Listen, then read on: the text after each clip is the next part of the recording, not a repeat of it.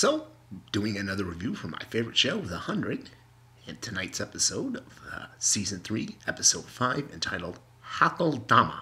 At least, I think it's pronounced Hakeldama. I don't speak Tanzanese, so... So we start off with Pike, Bellamy, Monty's mom, and their little group coming back to Arcadia. And they say that they took care of that ground army that's outside. And Abby's like, hold on, they took on the ground army and they don't have any wounded. What happened? At the same time, we see Lexa and Clark are headed to Arcadia, and they stop by the ground army, and it's all been wiped out. Just 300 just dead all over the place.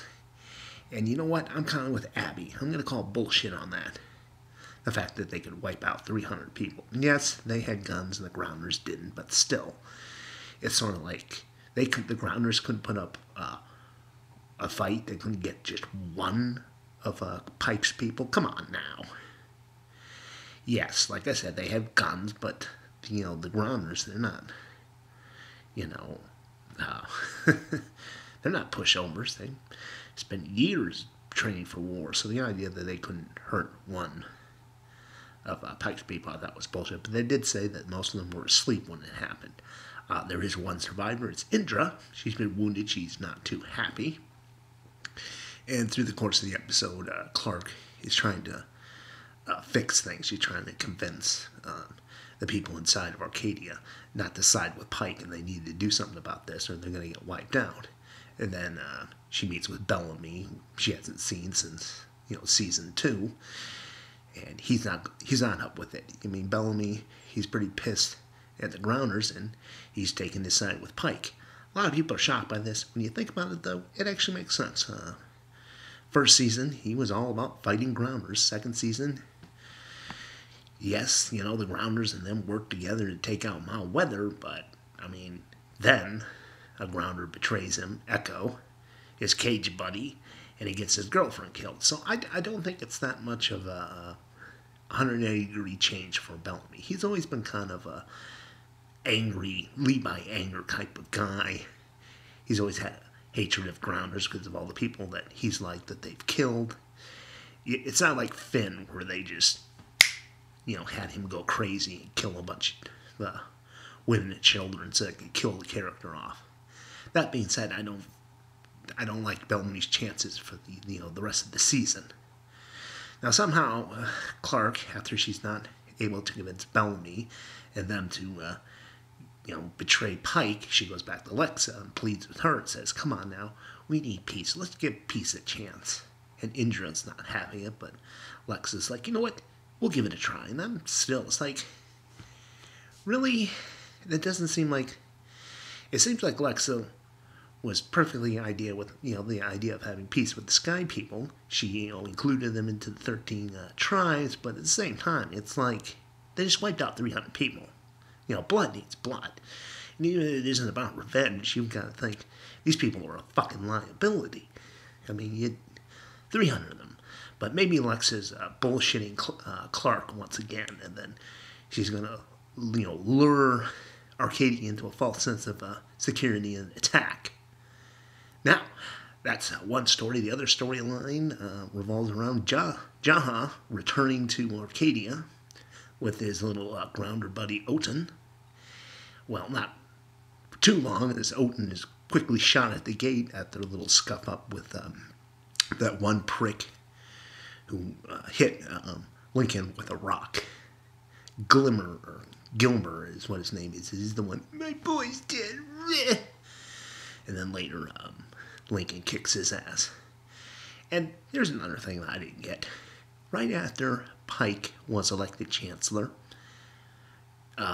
why did Lincoln and Octavia stay around? Someone should have said to them, tapped them on the shoulders, like, it looks like Arcadia's gone pretty anti-grounder. You two might want to skip town. And while you're at it, why don't you go tell the 300 of the people out there that might watch their backs? I'm still surprised that happened. It's like how, why didn't they rig the election is what I was asking last week. And then, this week, like I said, they still have Octavia and Lincoln in there, and they don't warn that army that shit's coming their way. It's like, why wouldn't they? Later, as Clark's leaving, I think someone suggested that they get rid of Pike, and Abby's like, we don't do that. I'm like, bullshit. You do all sorts of shit. I mean, you came from a space station where they threw people out the airlock for the slightest little offense. Your daughter wiped out 250 some people, in Mount Weather by just flipping a button. And just so many other choices that they've made. It's sort of like, why wouldn't you kill Pike? And I'm pretty sure that's how it's going to turn out. Someone's going to put to Pike's head by the end of the season. Well, like I said, John comes back with his little buddy Oten. And Oten gets shot. John goes in. Everyone's kind of like, what are you doing back? What happened to everyone you were out there with? And it's like, oh, I found the City of Lights. And then he's trying to convince people like a cult leader.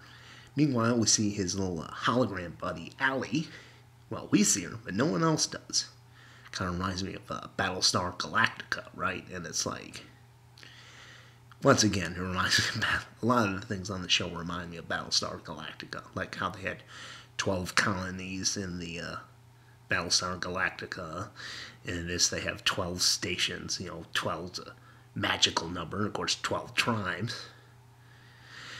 And then, of course, you've had people like Gata and what's her name, who played Dr. Singh. She was I can't remember her name, what character she played on Battlestar Galactica, but she pops up into it, right? So anyway, hologram chick is trying to convince John he needs to convince other people to join the little crazy cult, take the little electronic cookie, and he tries to do this with Raven because she's hurt.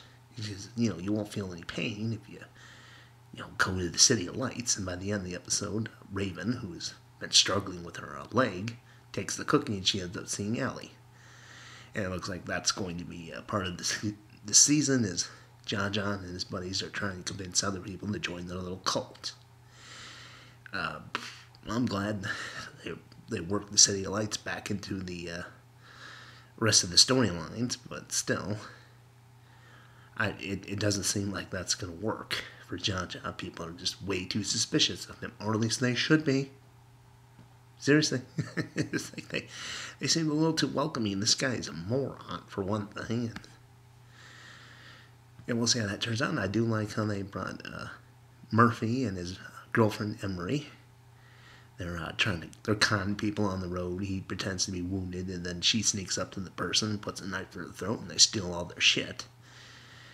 They try this at the end of the episode, and Murphy gets captured by some thugs, and the thugs are like, hey, he's got one of these electronic cookies, the symbol, and Murphy's like, well, I guess you can't kill me now. Smart man. So like I said, that's what happened throughout the episode, and I thought it was fair. Not bad, not good, just fair.